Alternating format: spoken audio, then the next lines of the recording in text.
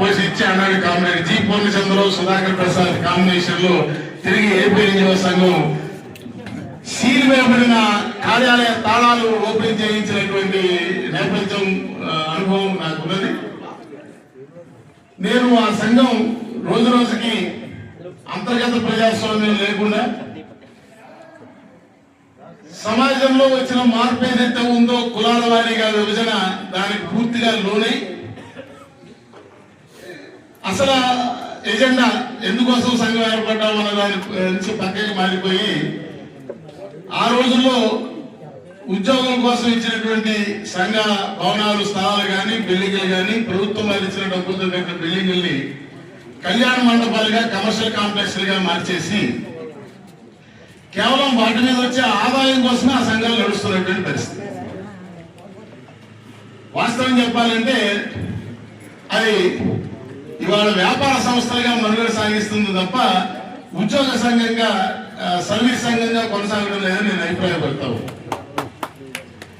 ఇది నా వ్యక్తిగత అభిప్రాయం కాదు, ఇది నిరూపిత వాస్తవం. ఈ రోజు కూడా ఎవరన్నా కావాలంటే చెక్ చేసుకోవడానికి వెరిఫైబుల్ ఫ్యాక్ట్. మీ జిల్లా తీసుకుందాం.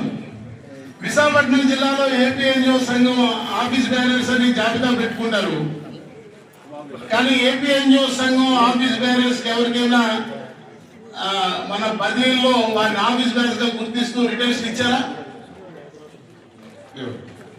ఎందుకు ఇవ్వరు? దానికి ఎన్నికలు, దాని ఎన్నికలు కోర్టు స్టే చేసింది, మీకు తెలుసో లేదు. ఎందుకు కోర్టు స్టే చేసిందంటే దాని నుంచి ఆదాయానికి లెక్క చెప్పట్లేదు. నేను ఎక్కడితో తీసుకొచ్చి మీకు లేదు చెప్పడంలా, మీ కళ్ళెదురుగా మీ ఊళ్ళో ఉన్న ఉదాహరణ. ఎన్ని దుకాణాలు ఉన్నాయా? 17 దుకాణాలు కలిగిన సముదాయం మెయింటైన్ చేస్తాం. సో ఆ సంఘం ఆ 17 దుకాణాల నుంచి వచ్చే ఆదాయం, దాంట్లో లోపల కడుతున్నటువంటి కళ్యాణ మండపం మీద వచ్చే ఆదాయం కోసమే నడుస్తాం తప్ప ఉద్యోగుల ప్రయోజనాల కోసం ఏనాడు పనిచేస్తున్నటువంటి పరిస్థితి.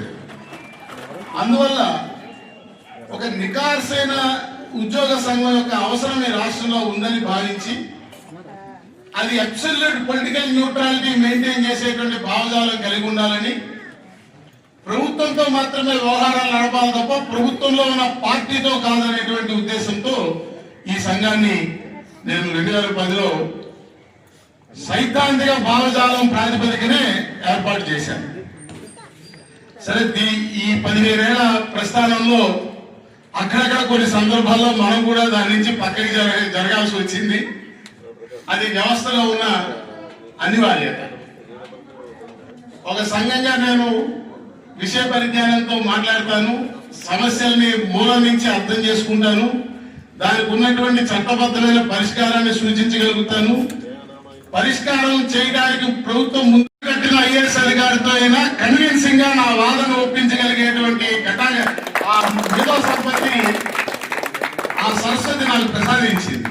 నేను చదువుకున్నది కేవలం ఇంటర్మీడియట్ అయినా ఇదే విశాఖపట్నంలో ద్వారకానగర్ లో ఆ మురికి కాలువ డ్రైనేజీ కాలువ పక్కన మున్సిపల్ ఉద్యోగస్తులు వేసుకున్న పాక ఎదురుగుండా మట్టి గోడలతో స్లాబ్ ఉన్నటువంటి గదిలో 81 నుంచి 83 వరకు 2 సంవత్సరాలు నేను ఇంటర్మీడియట్ ఆ బీవీకే కాలేజీలో చదువుకున్నాను. అది కూడా ఉచితంగా. మా తాతగారు, మా తల్లిగారి బాబాయ్ గారు ఈ ఊర్లో AVN high school head master గా పనిచేశారు, చేప్రోలు లక్ష్మణరావు గారు.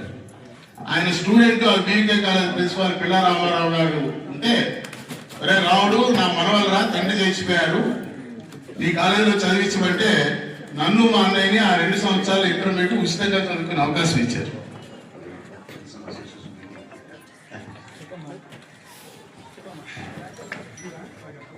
ఆ రకంగా 2 సంవత్సరాలు ఇంటర్మీడియట్ చదువుకుని 14 ఏట నా తండ్రి చనిపోతే 17 ఏట బాయ్ సర్వీస్ లో నేను ఉద్యోగంలో చేరా.